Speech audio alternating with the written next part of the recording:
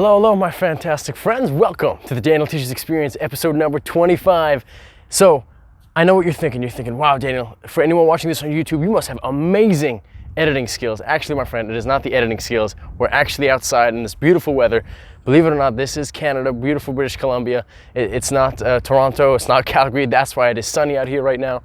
So basically, we thought we'd just switch up the scenery. As seeing as the weather is so beautiful, we come out, get some oxygen, help us out, why not? And we thought we could just kind of get things started. So my friends, without further ado, I got a bunch of topics that I want to get off my mind.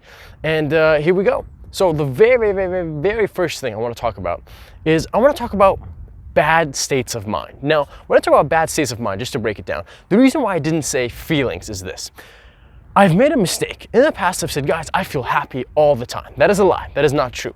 Feelings are like emotions, right? You go up and down. Sometimes you're happy, sometimes you're sad, sometimes you're angry. I think what I meant to say was, guys, my state of mind, if on the very far left is extremely upset, if the very far right is extremely happy, when I wake up in the middle of the day, I am not neutral. I am slightly tilted to the right as is. I'm happy. I'm just in a good mood. I'm excited. Every day is a new opportunity. I'm an optimist, right?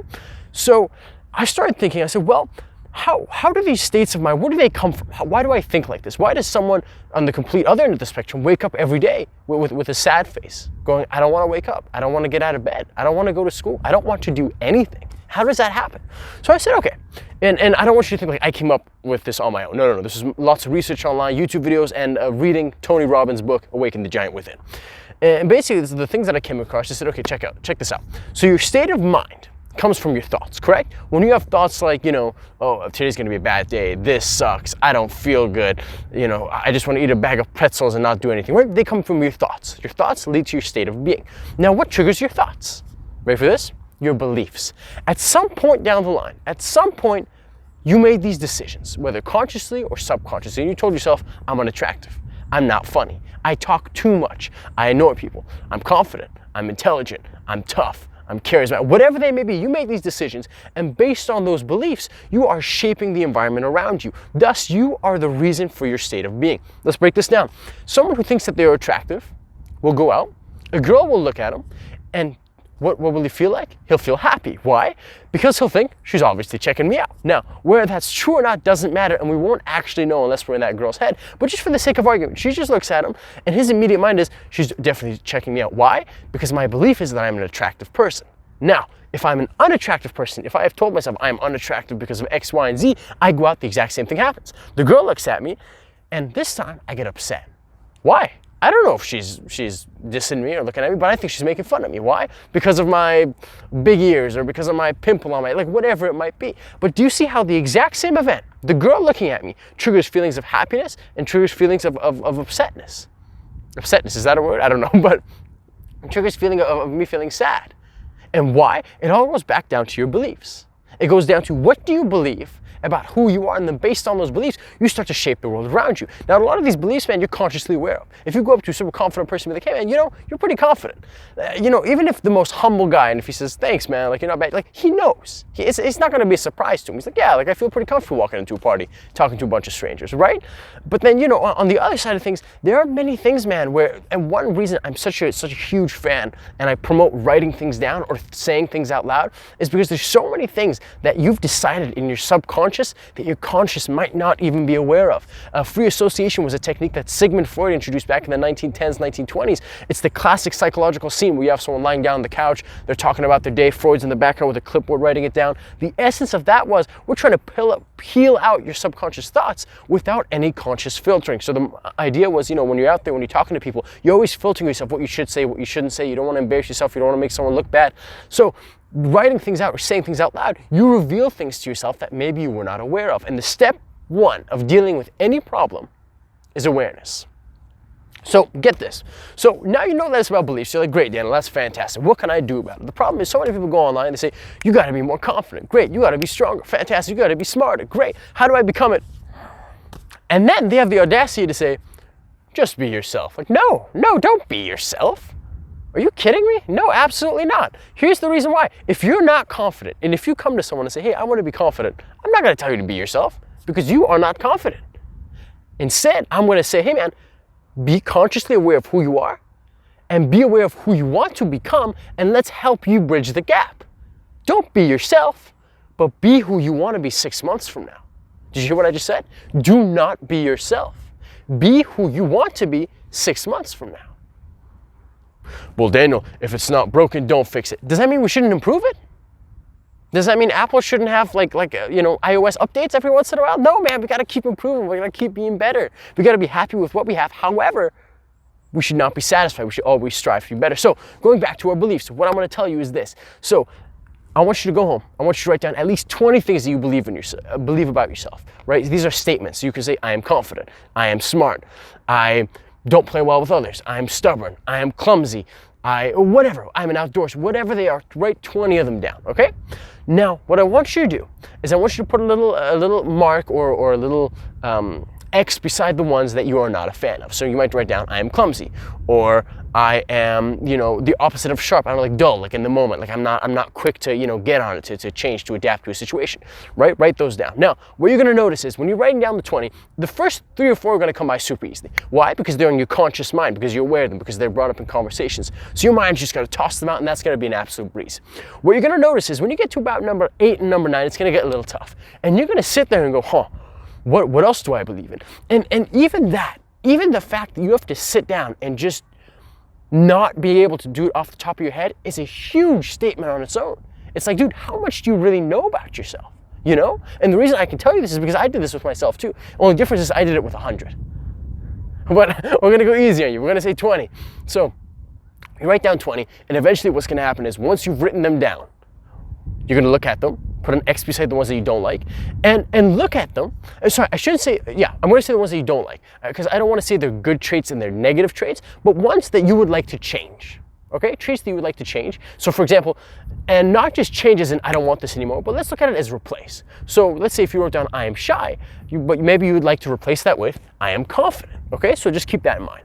So when you have put an X beside the ones that you want to change, now what I want you to do is I want you to look at that statement, and I want you to look at, okay, what behaviors have I done that would reaffirm this statement? So if you wrote down I am shy, really take a seat back, and I recommend bring some tea, do whatever you want, go sit someplace quiet and go, how do I know that I am shy? Seriously, like it sounds silly, but how do I know? Well, at the party last week, I didn't introduce myself to anyone new. I only hung out with the people that I knew. And when people were dancing, I made sure to go into the corners so I wasn't invited out to the dance floor. In my classes, I don't really put up my hand to ask a question. And generally, if I'm in a group of people, I do not like to do the talking. Now, once you've identified it, this is super important. If you are unhappy with that, that is when you're going to take the next step. If you're happy, not asking questions, not meeting new people, not being the loudest people, that is totally fine, man. I don't want you to think like, oh, everybody has to be an extrovert or you're a loser. No, man, not at all. It's about finding out what brings you the most amount of happiness. So this is for anyone who says, you know what, Daniel, I'm the quietest one in the room, but even if I'm not the loudest, I would like to become louder. I would like to meet a person or two. I would like to do that. If not for anyone else's sake, for my own sake. It's it feels good to do that. I want to make friends, not to mention networking business-wise. So for anyone who is thinking, oh, Dan, everybody should be an extrovert, my friends, that is not the message. The message simply is, if you're not happy with your current circumstances, you have to change your method. Correct? Or correct? Correct. Fantastic. Now we're getting things going. So, now what you've done is you've written that down, you've put down the X, you've reaffirmed, okay, this is why I'm shy. This is why I think I'm clumsy. This is why I think I am not reliable, right? So you've written that down. Now you got to think, okay, what would I like to replace instead of that? So if we go back to our shy analogy, so you've written down, okay, I am shy. And you can put a little arrow and you want to put, I am confident. Now the problem is, and I've said this earlier before, the problem with some of these self-help books is they'll get you to say, go in front of the mirror, look at yourself and say, I am beautiful. I am strong. I am confident. I want to make something extremely clear. That works. I'll tell you why. There's many testimonials of celebrities, athletes, anywhere from rapper, songwriter Drake to the Muhammad Ali saying, man, I manifested it. I saw it before it happened. I told myself I was the greatest. I told myself I was going to get that mansion. The problem is, if you do not believe in yourself, you cannot, if you think that you are shy, you cannot also say I am confident, because you cannot be shy and confident. Okay, this is super important, because anyone who disses self-help books is like, I'm strong, I'm confident, I'm smart. No, I guess I didn't work. No, man, it works. I guarantee it works. Why? Because I did it. Because Drake did it, Conor McGregor did it, Muhammad Ali did it, a bunch of other people did it. Michael Jordan did it. The difference between them, the ones who can do it and the ones who can't, is when they say, I am good enough, I will be the best. I will leave a legacy. I am going to make X amount of money. They sincerely believe it from the bottom of their heart, rather than these people who half-ass it. I am going to lose 50 pounds, but there's that little voice in their head that's going, well, I'm going to try my best, but it's probably not going to happen. It sounds more like a wish list than like a command. You got to make it a command. That's the problem with New Year's resolutions. People are like, I'd like to lose weight. I'm like, great, and I'd like to meet Oprah. But listen, let's not talk about what we like to happen, what we don't like to happen. What are you going to do? And I don't mean to call anyone out. If I do mean to call anyone out, I'm calling myself out. I want to call myself out on this stage, and maybe you listening to me or watching me call myself out is going to inspire you to call yourself out. Because the only person who really has any right to kick yourself in the ass is yourself. Because you know you. You know what your strengths are, you know what your weaknesses are. And if you do not, take a sit back, pour yourself a cup of tea, and reflect and write. So, just to get back to it, write down your beliefs. Now, again, the biggest thing is when you write down, I am shy, make sure that you're not writing down, I am confident beside you. You gotta remember, you gotta replace it. You can't have them both. Otherwise, the whole thing of telling yourself, I'm confident, will not work. At some point in your brain, when you made the decision of I am shy, you don't realize how important it is. When you tell yourself, I'm an amazing person, when you tell yourself, I am a happy person, there are actually some neurological connections in your brain which tie up together. Imagine these strings which come together neurologically, these neuro associations, I want to say. And basically what happens is it literally becomes permanent. It becomes a thing. So when people are like, I will not give up until I win, man, there are things in the brain, neurochemicals that do bond together that try to bring that into a reality. So when you say things like, I'm a loser, I'm worthless, I'm stupid, I'm not good enough, those things become reality too. So when you're doing the beliefs and you're thinking, okay, Daniel, I get it, man, I get it. I'm shy, I want to become confident, I want to replace it, not just write it beside it. What do I do? Fantastic. So now you know who you are. Now you know what you want to add to yourself. The third step is, all right, what I want you to do now is now I want you to think about, what does a confident person look like?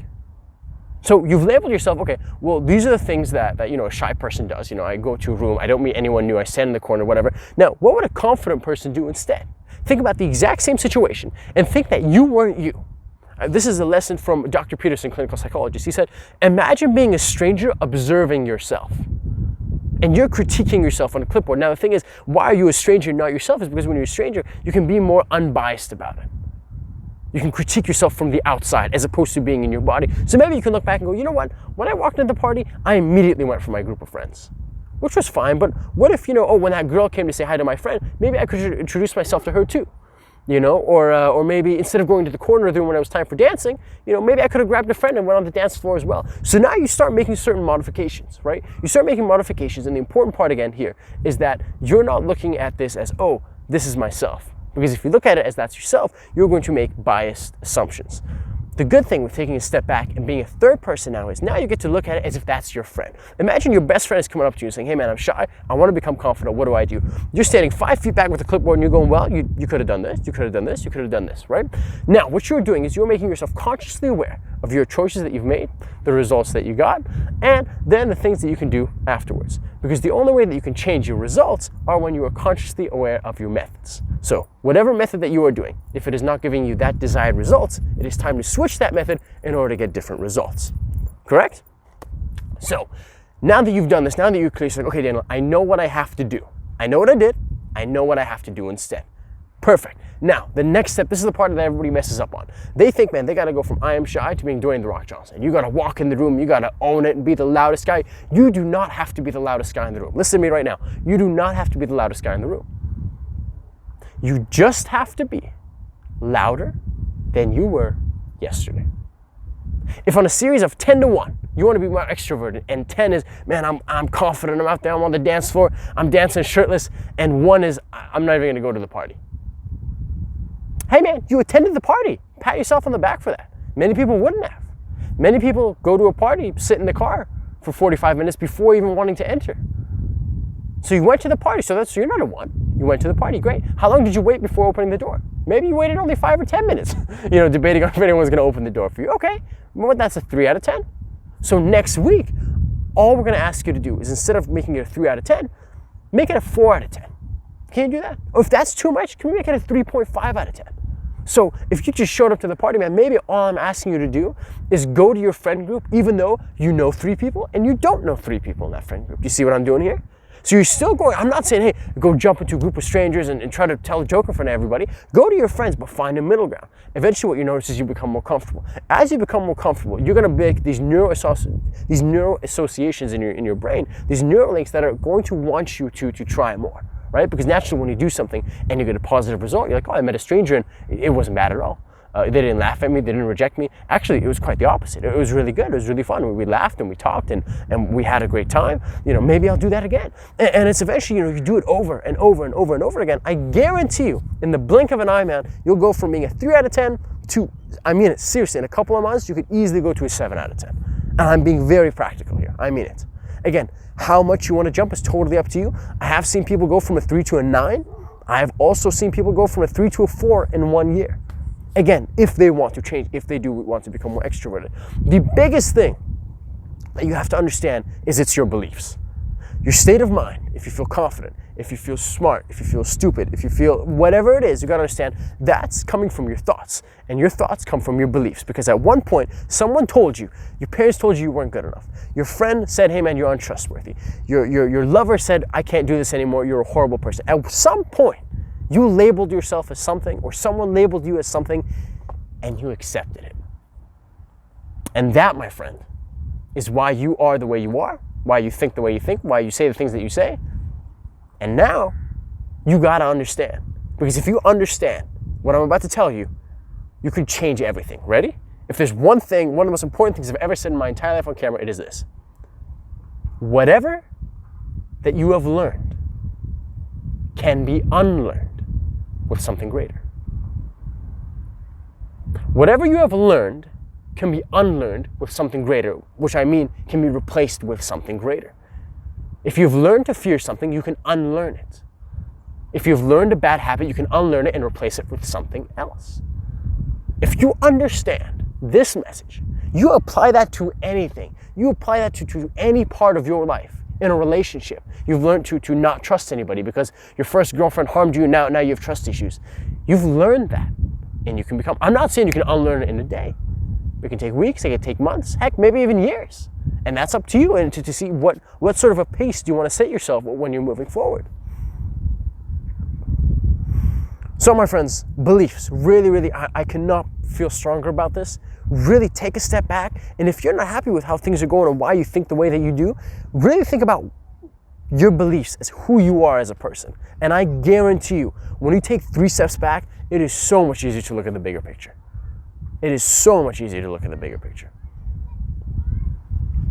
Man, I was passionate about that one, my friends. I really was. I knew, I was reading the book, right, Awaken the Giant Within by Tony Robbins, and as soon as I read that, the parts talking about beliefs and how significant they are to our thoughts, I had to write it down immediately. I was like, this is absolutely sensational. Now, my friends, to shift things off slightly, or should I say, or drastically, because I realize I just say whatever comes to the top of my mind. My dear friends, one of the worst things that I think about what I'm doing at this moment, between the age of especially 18 to 24, is you'll see a lot of young people with the slick back hair, with a Lamborghini in the background that their parents paid for, with a Rolex that isn't actually a Rolex, and they'll tell you about how to become a millionaire. Now, there's a couple of problems here. Problem number one is they have never become a millionaire. So that's the first red flag. It's like me teaching you how to swim if I've never swam before. So, right? First red flag. Secondly, it's full of psychological deceptions. And that becomes very, what's the word? It makes people skeptical. So when they see me, a lot of people I can imagine might think, oh, what is he trying to sell? What book is he trying to sell? Or what seminar is he trying to pay me? Is he trying to get me to pay to go to, right? When it's like, oh man, there is none. But I don't blame people for being skeptical. Here's the thing. You go on Instagram, right? And everyone's trying to be successful. Don't you want to be successful? I'm not liking the term success that much anymore, and I'll tell you why. Close your eyes right now. Close your eyes. What do you think about when you think about success?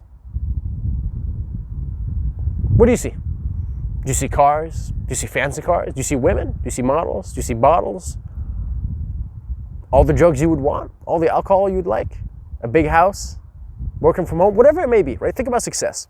Now, you have to understand, when you see someone online, right, who appears to be extremely doing well in life, whatever you look at that as, if they're healthy, they seem to be in physical shape, they seem to have the perfect love life, which no one does, but everyone pretends to, right? What's going to happen is, indirectly, you're going to look at them, you're going to go, well, I'm not him. right? I am not him. But can I get the same things that he has? Well, he has a Rolex. Well, if I can buy a Rolex, does that make me successful?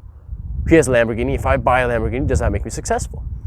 And you try to make up for what you don't have, right? You don't have Cristiano Ronaldo's football/soccer skills, but if he drives a Bentley, maybe you can drive a Bentley too, and then you're both successful. The reason why I don't like the whole successful argument is, man, success, I feel like it's been so exploited. You know, people say, man, oh, you want to be successful? Well, then you better take my course. That's how you'll become successful. Then you'll be wearing Rolexes. Women will be all around you. Man, well, you got to realize success looks different for everybody. What if someone doesn't like having a big house? You're like, Daniel, that's insane. No, man, I know people who will happily just live in a nice apartment without flexing a Rolex, without wearing Gucci from head to toe. That's just not a priority for them. And just because it is for you, that's great, but that doesn't mean it's a priority for everybody. I think we got to take a step back and really look at, you know, and I got this idea from Gary Vaynerchuk. He said, hey man, maybe we shouldn't be striving to be successful. Maybe we should be striving to be happy. So many people, man, that you can find on there that they'll say is like, oh, would you rather go to college and university and waste your time and get a stupid 9-to-5 job? Man, what if you dream to be a high school teacher? What if you love being a high school teacher? Like, well, then you can't ride yachts. Maybe he doesn't want to. Maybe he wakes up every single day making $70,000, going to work happy, and he comes home truly fulfilled. Does he have to be an entrepreneur, a businessman, make 300 grand a year in order to be happy? No. Now, this argument is really hard because you can come at it from so many different angles. You can come at it from, well, Daniel, are you telling people to settle with normality, to settle with averageness? No, I'm not telling you to settle for anything. I'm telling you to go for your own happiness. Now, how do you do that? It goes way back. You're going to get sick of me saying this. It goes back to self-awareness. You got to figure out who you are in order to figure out what you want out of life. And then when you do that, that's when you can find a meaningful life. But what I'm saying is a huge message. Now, I don't know if you guys see this a lot. I see this 99% of the time when I'm on YouTube because the algorithm knows like the things that I listen to. So almost every video, even when I watch videos about fake motivational gurus, the advertisement is some dude who comes up, he's like, hey, so I'm a high school dropout and I made $1 million by the time I was 18. Like, it's just like, right? But what I mean to say is that there's a hypocrisy that goes on because these people, these, you know, quote unquote entrepreneurs will come out and they'll say, or contrepreneurs, con men, scammers, whatever you want to call them, they come out and they go, hey, you know, no, just because a doctor is good doesn't mean everybody should be a doctor, right? Doesn't mean everybody should be an engineer, everybody should be a lawyer. Live your own life. Don't let other people steal your dream away from you, man. F college, F professors, F the system, go out on your own. And that's understandable, but you gotta realize the moment where you go F that, but you should be an entrepreneur. You should work 10 hours a day, work from home. That's the dream. It's like, man, do you see the hypocrisy there? When I tell you everybody shouldn't be a doctor, but then I tell you everybody should be a business owner, an entrepreneur. It's like you're committing the same crime that the school system is. I shouldn't say school, but that people are, right? The same way that you go, hey man, everybody shouldn't be an engineer. Yeah, I know it's a good job, it has good money, but it's just not for everyone. I would say the exact same thing that, hey man, not everybody should drop out and start their own business. It's not for everybody. Not everybody should go into consulting. It's not for everybody. And that's totally okay to say. So my friends, now you're thinking, well, Dan, we're talking about fake, you know, gurus, fake motivational guys, conners, scammers. How do I know if they're fake and how do I know if they're real? Like, how do I know, Daniel, that you're real as opposed to being fake? Now, there's a couple of signs, right? So there's two things that a motivational speaker or a life coach or whatever will try to do. Two things, and they can be good or bad, does not matter. Number one thing, that they will try to educate you with love and kindness. So love and kindness could be, hey, listen, I noticed that you are not living to your fullest life. You know, let's try to do X, Y, Z. Let's focus on your fitness. Let's focus on your goals. Let's make you better than you already are. If you are unhappy, let me try to help you out and make you live a better life. That's number one. Number two is they target your fears and insecurities. So all of a sudden they switch the script and they go, if you do not take my course, you're going to regret it for the rest of your life. You are making the biggest mistake of your life. I just want you to know that. And the problem with that is now what they're doing is they're targeting your insecurities. They're targeting your fears and they're using that fear over you. So you pay them and you buy their course. It is extremely manipulative. It is extremely deceptive. It's very dirty. It's very dirty, but hey man, some people don't care about ethics. They care more about making money. So be careful of that. Be careful of the story that they're pitching you. Nextly, once they do, you're gonna notice some reoccurring patterns. The first pattern that you're gonna reoccur is that they're gonna sound like they're super honest people. They're gonna come out and be like, hey, listen, I just want the best for you. I just wanna help you. All you gotta do is just come to my free webinar. So the first thing that they'll do is they'll throw something at you for free. Why? Because psychologically, if I give you something for free, your immediate thought is, oh, this is a good person. And you are subconsciously more inclined to do something good for me. So they throw out bait. They throw out some worthless free webinar, and they'll be like, hey, come check out my free website. I'll send you my free book and you'll check it out. Like, this is great. And then when he does come out with another book that's like $15, you're like, oh, we'll give you one for free. But you got to understand it's deceptive. If you are giving for the sake of receiving, that is manipulating. Get that? You can give because, hey man, I truly think this is going to add value to you. Or you can be like, you know what? I know this is going to add a lot of value to him, but instead I'm going to give him this little tiny piece just to make him hungry, and then I'm going to charge him like $5,000 for this thing that's going to actually give him value. That's deceptive. Okay? Now you're listening, you're going, well, Daniel, maybe what is a live webinar? I don't know. A live webinar is basically this. Is, hey man, come on here. There's a live webinar. It's going to start. It'll be just like basically like a live stream, and I'll be teaching a room full of people, and you can watch me from home, like live. Like, it's awesome. You get to basically listen to my teachings without actually being here. It's a win-win. Here's where it gets dirty. One thing that they do from psychology aspect is they go a time problem. They go, okay, well, you have to join. You only have 1 day to join. If you do not join past this day, this webinar is never going to happen again. But it happens again 2 months from now. Shocker. So you go, it never happens again. You only have 1 day to join. You go on there, and guess what? Another psychological trick. You go on there, it says 4 seats remaining in red, 4 seats remaining. And you're like, oh, Jesus, like 4 seats remaining, man. There's 1 day left. Like, I better get my spot because this is going to run out. This guy must be the real deal, right? So what would happen is you take the webinar, you go there, you listen to his pish posh, right? They're just saying all the stuff that you've heard before on YouTube, talking about mindset, this and that. And what you're going to notice is with a lot of these motivational gurus, when they tell you, hey, this is how you're going to be a millionaire, 90% of it, they talk about mindset. You got to be strong, you got to be able to take risks, you got to be able to take courage, and it's very little actual practical application. I'm not saying you shouldn't talk about mindset. Definitely, you got to talk about taking risks. You got to talk about thinking differently about numbers. It's all involved. However, it is very messed up, to say the least. If you take a course on, let's say, being a good salesperson, on closing deals, where 95% of it is on mindset and 5% of it is actual tools and practical steps of what you should actually say. It comes back to the argument of like, I want to be confident. Like, great, I'll make you confident. How?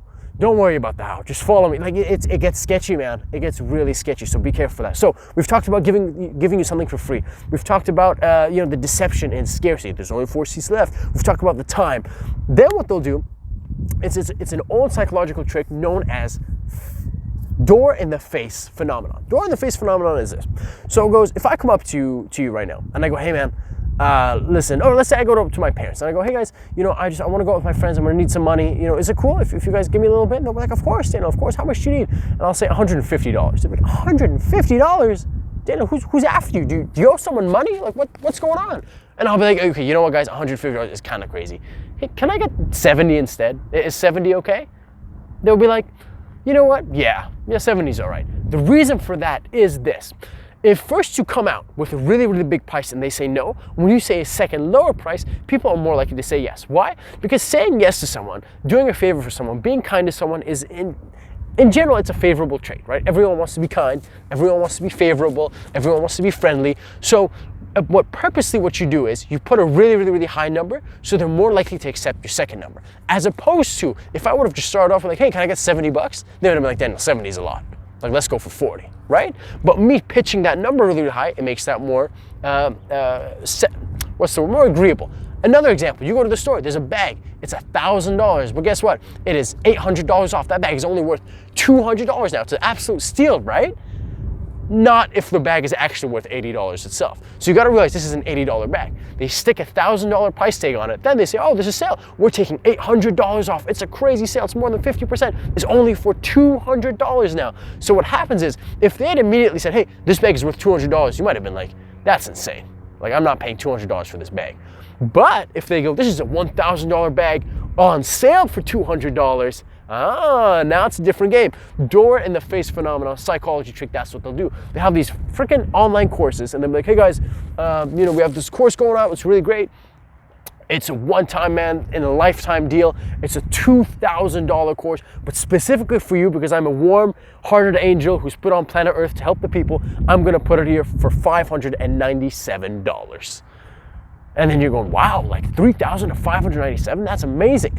And here's the thing. They make these damn courses as if, hey, you're gonna be a millionaire. You take it, you don't become a millionaire. You're like, what the heck? He's like, well, I never, like this like the bottom fine text that says, well, not everyone becomes a millionaire, but you know, it's up to you. It's about how bad you want it. If you failed, it's not because my course doesn't work, it's because you didn't want it bad enough. So I'm going on about these ramblings, but really the part that I really want to hit home is what's gonna happen is they're gonna charge an abnormally amount. They're going to ask for more in money than they're giving you in quality of whatever they're giving you, service or product, and there's gonna be an upsell. You take a course that's supposed to change your life. You pay $500, you're like, hey, this is a good course, or let's say smaller, you pay $100. $100 is not that crazy. You take it, you think it's gonna be really well, and then right at the end, like a damn cliffhanger of a movie, they go, now if you really wanna figure out the secret, buy my second course, and that's only $399. But if you wanna figure out what the 1% know, take my other course, and that's $999, man, and then you'll be set. And there's always a damn new course. So this is the thing, when you meet someone who is giving you information like this, in a format, I don't mean to just plug myself, but in a sense where I'm not getting anything from this. I'm not making money from YouTube right now. I'm not setting you up to sell you something. The moment someone goes, hey guys, do you wanna learn the key to life? Just buy my book. Whereas you kind of see people like myself, like, it's weird putting myself in this, but like myself, like tons of other YouTubers, like Jordan Peterson, like Gary Vaynerchuk, who's like, do you want to know the secret to life? Do you want to know the secret to life? Bomb. And then they tell you, that's it. There's no upsell, there's no wait, there's no damn movie, right? And it's right too. So the biggest thing, my friends, that I want you to look out for is be extremely skeptical when you see guys my age trying to sell you anything. There's nothing wrong with people selling you a course. I'm fully for it. Hell, I might come out with a course someday. Here's the thing. As long as they're giving you the amount of quality in their advice, in their tools, in tips and tricks that make up for the price, it's okay. What if I make a course? What if I make an online course with 20 bucks, but I give you $40 worth of value? You take my course and you're like, geez, damn, that was amazing. I've never read anything like that before online ever. The way that you just put it together, it just made so much sense, and wow, that was a steal. Right now, it's a different story. Now imagine I'm selling to you an online course for $800. The problem is all the information that I'm telling you, you can find for free in about 4 YouTube videos. So what happens is you're gonna be like, Daniel, why the hell did I just pay $800 for your online course when I could have just watched 4 videos on YouTube for free? The biggest thing is, you have these people who, again, they could start off with a good heart. They're ambitious and they're driven and they want to make an impact in the world. The problem is they're impatient. And when they're impatient, stupid stuff happens. For example, I'm doing my thing, all of a sudden I get impatient, now I start buying Instagram followers. Now I start, I don't know, man, just doing things that just, they're not organic, where I'm trying to pull a wool over your eyes instead of being straightforward and genuine with you. And then eventually it seeps through. Eventually it becomes extremely obvious of who I really am and what I'm really trying to do, but you just have to be careful. There are so many stories out on there. There's one guy I recommend for you guys to check out on YouTube. His name is CoffeeZilla. I've just recently found his account on YouTube. CoffeeZilla, I might even put his YouTube channel in the description. It's really good. He basically talks about these gurus, and he talks about some of these absolute crazy scandals and these crazy courses, and he actually talks to people who have taken said courses that come sit down, talk to him, and I'm like, yeah, man, I took this course. Like, it was crazy. Like, it was definitely not worth it. I was brainwashed. It was the worst decision I ever made in my life. So CoffeeZilla, I would highly recommend you guys check him out. I know I really dived into these 2 topics, but these are definitely things that I had hugely on my mind. I thank you so much, my friends, for listening to the podcast. If you're watching this on YouTube, thank you very much. I hope you got some value out of it. I hope you enjoyed the beautiful scenery behind me. I know I sure did. Maybe this will be a repetition in the future. Thank you so much, my friends, and have an absolutely sensational day. My name is Daniel. This is the DanialTeaches Experience. Take care of yourselves, and bye-bye.